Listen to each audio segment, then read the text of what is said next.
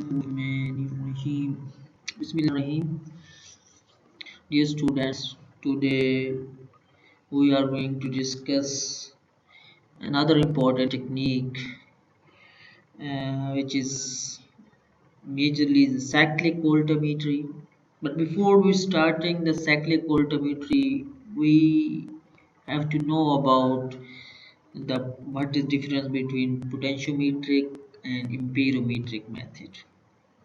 These are two different technique. Uh, Here are some there are basic difference between these two techniques. In potentiometric method, this method is used to measure the potential of electrochemical cell by keeping the current constant. Mean in this method, we keep the current constant by varying the potential, and potential is measured. So, in this method, we use a potentiometer which is used to determine that potential at constant point. How we can measure that potential? By taking the two electrodes.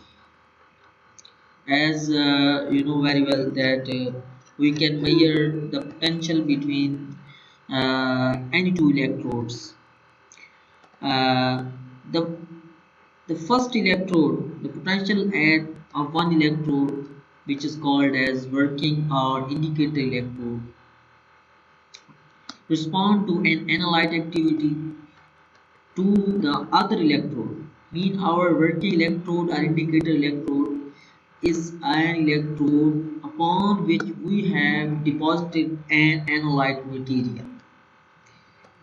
So the other electrode, which is called as counter or reference electrode. So between these two electrodes we can measure the potential. So this is the potentiometric method in which we measure the potential by keeping the current constant. And the two electrodes which are being used, the first one is called working or indicator electrode, and the second electrode which is being used is called as reference or the counter electrode. Okay, so the next technique is called is amperometry technique. In this technique, this is totally reverse of the potentiometric technique. In this technique, it involves the measurement of current at constant voltage or constant potential. So here you can see that we measure the current, but in the last technique, we are going to measure the potential. In this technique, the potential is constant, but in the last technique, the current was constant. So, thus amperometry is usually used for the determination of metal ions present in aqueous solution, because the movement of these metal ions produce current. So we can measure the current by applying the constant potential of voltage. Now we move towards the next and important technique, which is called as cyclic voltammetry. Cyclic voltammetry is basically a potentiometric technique, or we can call it the electrochemical technique, which measures the current that develops in electrochemical cell under condition where voltage is in excess of the predicted by Nernst equation. We may see that in cyclic voltammetry we have a constant or a fixed potential, and the variation in the current was measured through this technique. So here we see that what is the Nernst equation. The Nernst equation basically it relates the potential of an electrochemical cell to the standard potential of a species and the relative activities of oxidized and reduced analyte in a system at equilibrium. its equation is given as E is equal to E naught plus RT over NF log of natural log of oxidation over reduction. In this equation, F is a Faraday constant, R is the universal gas constant, N is the number of electrons which are transferred during the oxidation and reduction process, and T is the temperature.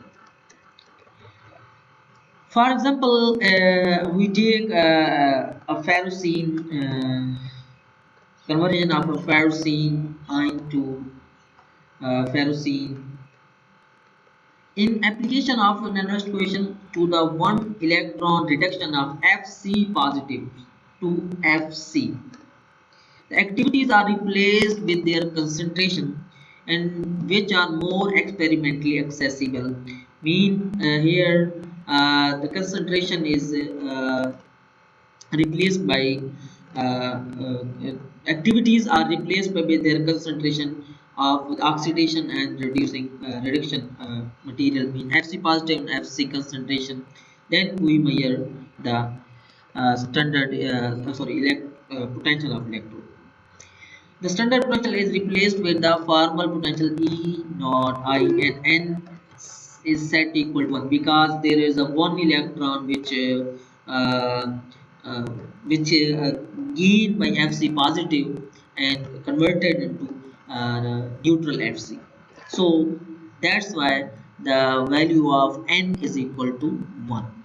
Then this equation becomes is equal to E is equal to E naught plus RT over NF log of Fc positive over Fc. So next we see that CV is performed by cycling the potential of working electrode and measuring the resulting current. It means that by applying the constant potential to the working electrode, then the output of that electrode in the form of electric current is measured. There are two things that we measure: the potential and the current. The potential is measured between the working electrode and the, as we have three electrode system, which we discussed later in this lecture, that we have three component. The one component is uh, working electrode, the next is a reference electrode, and the third one is counter electrode. So in these three electrode setup, uh, what information that we got from these three electrodes? So the potential is measured between the two electrodes, which one of them is working electrode and other is reference electrode. Mean reference electrode and working electrode gives the information about the potential, while the current is measured between the working electrode and the counter electrode. Okay. The cyclic voltmetry is the electrochemical technique for the measuring of current response. Meaning here in this technique we measure the current of redox active solution. Okay, means the material required or used in this technique should be redox active solution. Mean it oxidize as well as reduce, so such type of solution is used to cyclic voltmetry. To linearly cycle potential sweep between two or more set values. Mean here we measure the potential between two or more set values. So one value is in positive, and the second when we use this in practically, the second value is in negative. So let's we start from 0.8 volt to minus 0.8 volt. So this is two values. It is very useful method for quickly determining information about the thermodynamic of redox process. Mean it can give information about a process or redox process. Is it thermodynamically favorable or not? So cyclic voltmetry help us for this process. The energy level of analyte and the kinetic of electronic transfer reaction, and it also gives the energy levels of energy levels of analyte the CPGs which are being used, what are their energy level. It also gives the information, and the kinetics of electron transfer reaction. And if, for example, if a reaction if we have a reaction which has an electron transfer mechanism, then the cyclic voltammetry help us to determine that.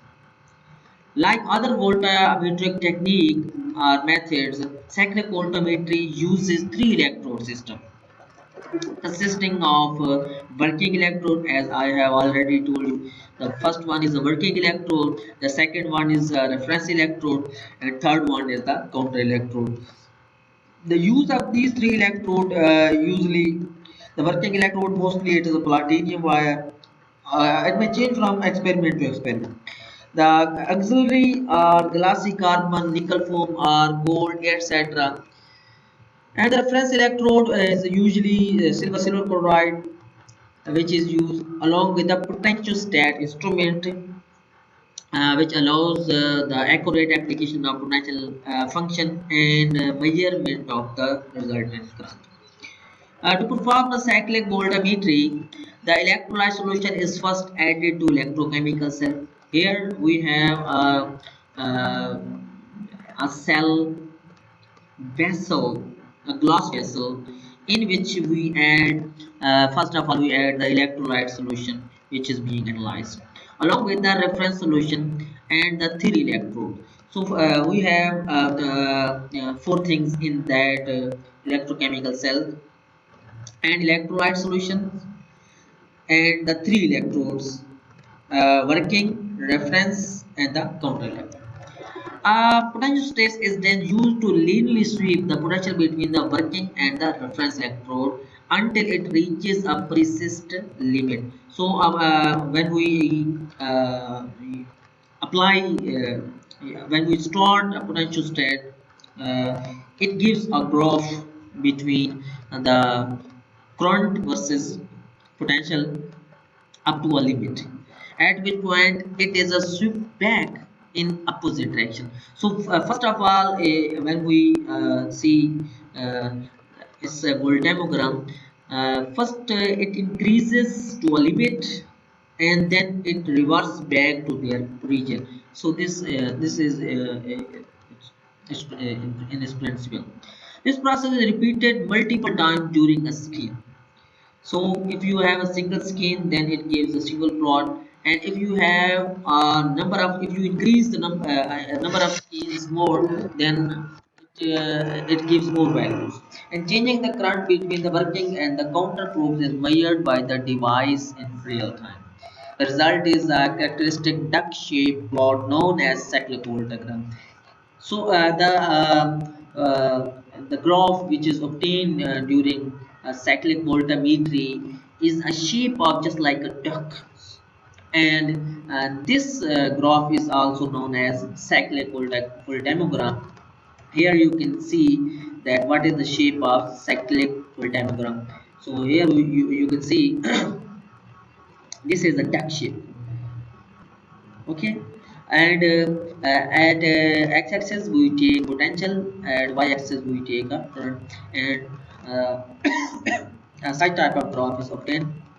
First it increases and give a peak, then decreases at last limit, and then it reverses back and towards the downward value and give a peak and give, and then it's back towards the origin side. So this duck shaped cyclic voltammogram. Now as we see that there are three electrodes.